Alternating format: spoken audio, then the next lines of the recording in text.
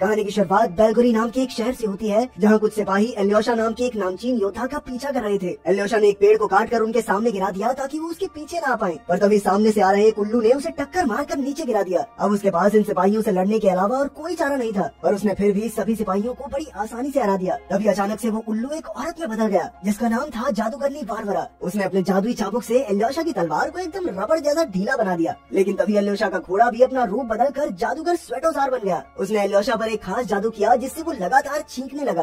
मौका पाते ही बारबरा ने एल्योशा को भी पत्थर का बना दिया, जिसके बाद सिपाहियों ने उसे भी बाकी पत्थर बने योद्धाओं के साथ समुद्र में फेंक दिया। जादूगरनी बारबरा तो अब स्वेटोजार को भी मारना चाहती थी और वो तुरंत समुद्र में छलांग लगाकर एक मछली का रूप लेकर वहाँ से भाग गया। इसके बाद साल 2017 में हम इवान नाम के एक लड़के को देखते हैं। वो एक ठग था जो तिलस्मी शक्तियाँ होने का दावा किया करता था। एक दिन अचानक से उसके पास एक बूढ़ी औरत आई, जिसने इवान से कहा कि बहुत जल्दी वो दूसरी दुनिया में जाने वाला है, जहाँ उसके साथ बहुत अतरंगी चीजें होंगी। पर इवान ने उस बूढ़ी औरत की बातों पर ज्यादा ध्यान नहीं दिया। अगले दिन एक औरत ने इवान से मदद मांगते हुए कहा कि वो अपनी तिलस्मी शक्तियों की मदद से उसकी भतीजी को कोमा से बाहर ले आए। इवान एक ठग जरूर था, लेकिन वो किसी की जिंदगी के बारे में झूठ नहीं बोल सकता था, इसीलिए वो चुपचाप वहाँ से निकल गया। वहाँ से बाहर निकलते वक्त इवान को अपने बचपन का एक हादसा याद आ रहा था। बचपन में इवान एक अनाथ आश्रम में रहता था, जहाँ बाकी बच्चे उसके जादू पर विश्वास की वजह से उसका बहुत मजाक उड़ाते थे। एक रात उन्होंने इवान को कमरे में काफी देर के लिए बंद कर दिया। बहुत देर तक चिल्लाने के बाद भी जब कोई उसकी मदद करने नहीं आया, तो उसने उस दरवाजे को एक सुई की मदद से खोलना शुरू कर दिया। बाहर आने के बाद उसने सुई से उन सभी बच्चों के कंबल उनके बिस्तर के साथ सील दिए, और सुबह जब उनकी नींद खुली तो उनमें से कोई भी अपने बिस्तर से उठ नहीं पा रहा था, जिसके बाद सभी बच्चे उन पर हंसने लगे। इस हादसे के बाद से इवान ने उस सुई को एक नेकलेस की तरह पहन रखा था। थोड़ी देर बाद इवान को एक आदमी ने अपने बॉडीगार्ड के साथ रोक लिया, क्योंकि कुछ दिन पहले इवान उसकी पत्नी से मिलकर आया था और उसने ऐसे ही हवाबाजी में कह दिया कि तेरा पति तेरे ऊपर चीट कर रहा है। अपने आप को मुसीबत में देख इवान तुरंत ही वहाँ से भागने लगा, पर बॉडीगार्ड्स बिल्कुल उसके पीछे ही थे, जिनसे बचने के लिए वो एक वाटर स्लाइड में घुस गया, और वो स्लाइड उसे किसी स्विमिंग पूल में ले जाने की बजाय बेलगोरी के जंगल में ले आई।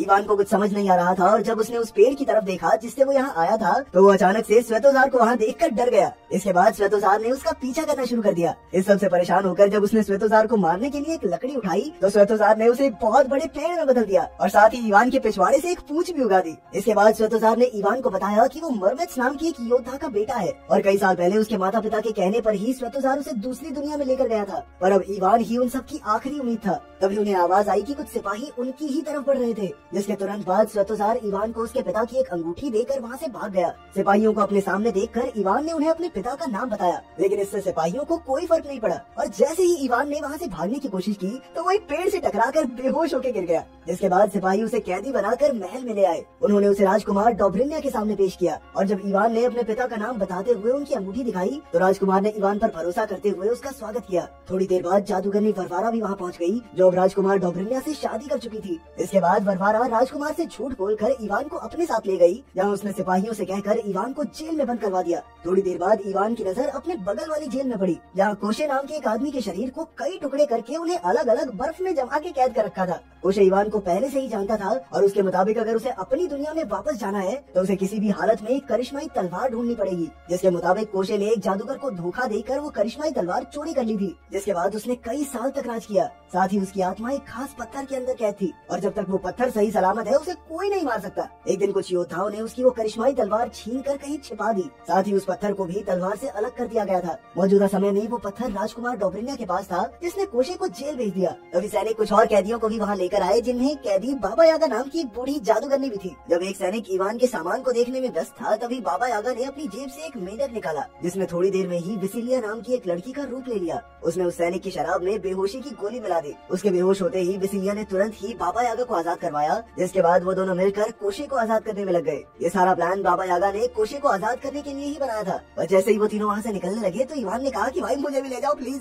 थोड़ी देर बाद वो लोग मान भी गए, लेकिन निकलते वक्त इवान ने गलती से जेल का अलार्म बजा दिया, जिसके तुरंत बाद बहुत सारे सैनिक वहाँ पहुँच गए। और जहाँ एक और विसिलिया और कोशे उनकी हड्डी बसनी लेकर रहे थे, वहीं बाबा यागा तो अपने मुंह से एसिड फेंककर सैनिकों को मार रही थी। और जब एक सैनिक इवान पर हमला करने के लिए दौड़ा, तो इवान ने अपने फोन में उसकी फोटो खींचकर कहा कि ये देखते ही आत्मा कैद कर ली मैंने इसमें। वो बेचारा तो डर के मारे सुन्न ही पड़ गया, लेकिन जैसे ही इवान उसे जेल में बंद करके भागने लगा, तो सैनिक ने उसकी पूंछ खींच दी। आखिरकार वो चारों जैसे तैसे जेल से सही सलामत निकलकर बाबा यागा की हट में पहुंच गए, जो अपनी ताकतवर टांगों की मदद से भाग सकती थी। सैनिकों ने उस हट को पकड़ने की बहुत कोशिश की, लेकिन बाबा यागा हर बार कोई न कोई जादू करके उन्हें बचा लेती। अगली सुबह जब वो लोग सैनिकों को पीछे छोड़कर जंगल के बीच पहुंच गए तो बाबा यागा ने इवान को कुछ सामान लेने के लिए हट में भेजा, पर उसने गलती से हट में आग ही लगा दी। जिसके बाद उन सब ने आग बुझाने की बहुत कोशिश की, लेकिन आखिरकार वो हट वहाँ से भाग ही गई। थोड़ी देर बाद वो लोग उस करिश्माई तलवार को ढूंढने के लिए फिर से निकल गए और रास्ते में उन्होंने काफी सारी तस्वीरें भी खींची। उधर वरवारा और उसके सैनिक भी इवान और उसके साथियों को ढूंढने में लगे हुए थे। थोड़ी देर बाद इवान और उसके साथी डेथ रिवर के पास पहुंचे, जिसे पार करने के लिए उन्हें वोडा नाम के एक मरमैन की मदद चाहिए थी। इसीलिए बाबा योगा ने एक सुंदर लड़की का रूप लेकर मरमैन से मदद मांगी, जिस पर लट्टू होकर वो भी 1 मिनट में तैयार हो गया।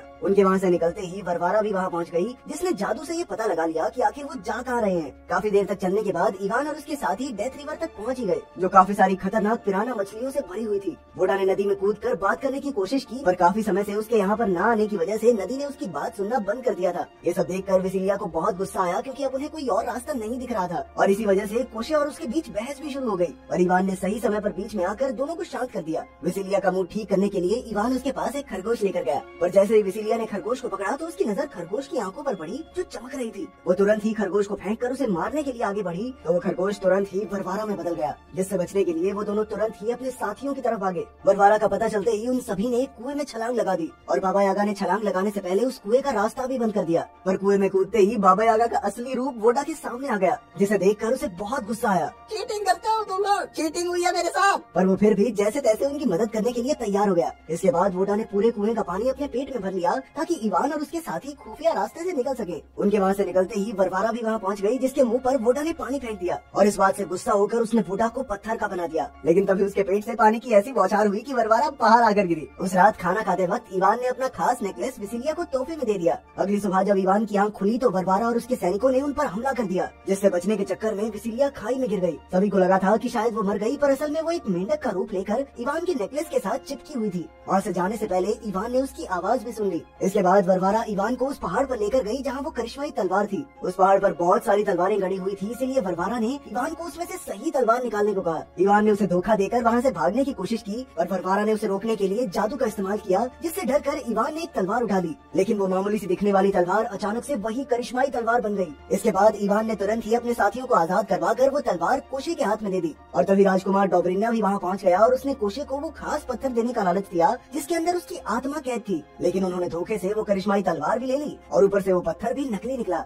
और तभी विसिलिया ने बीच में कूदकर डोब्रिन्या को नीचे गिरा दिया, जिससे इवान को वो तलवार उठाने का समय मिल गया। अब सभी लोग लड़ने के लिए तैयार थे, पर तभी इवान ने उस तलवार से एक गोला बनाया और वापस अपनी दुनिया में कूद गया। इस धोखे से गुस्सा होकर विसिलिया ने उसका दिया हुआ नेकलेस भी उसी की तरफ फेंक के मारा। इवान ने अपनी दुनिया में खुश रहने की बहुत कोशिश की, लेकिन अपने दोस्तों की चिंता उसे सताई जा रही थी, इसीलिए उसने वापस उसी दुनिया में जाने का फैसला किया। और इस बार जब वो वाटर स्लाइड में गया तो कुछ भी नहीं हुआ। पुलिस ने उसे पकड़कर जेल में डाल दिया, जहाँ श्वेतोजार पहले से ही बंद था, पर वो अपनी छड़ी के बिना जादू नहीं कर सकता था। इसीलिए इवान ने पुलिस वाले को बेवकूफ बनाकर श्वेतोजार की छड़ी उसे वापस दिला दी। इसके बाद श्वेतोजार ने उसे वापस भेजने के लिए एक गोला बनाया और जाने से पहले उसने इवान को एक खास मिट्टी भी दी, जो उसे जेल में कैद ड्रैगन्स को खिलानी थी। इवान तो निकल गया, पर पुलिस वालों ने श्वेतोजार को पकड़ लिया। महल में पहुंचकर जब इवान ने ड्रैगन्स को देखा तो उसका दिमाग खराब हो गया, क्योंकि वो तो अभी बहुत ज्यादा छोटे थे। उसने उन्हें वो पाउडर सा खिलाकर तगड़ा करने की कोशिश की, लेकिन कोई फायदा नहीं हुआ। तभी सैनिकों ने वहाँ आकर उसे पकड़ लिया और जाते जाते उसके हाथ से वो पाउडर नीचे गिर गया, जिसके बाद ड्रैगन्स आराम से उस पाउडर को खाने लगे। इसके बाद इवान को महल में ले जाया गया, जहाँ राजकुमार डोब्रिन्या सही समय का इंतजार कर रहा था।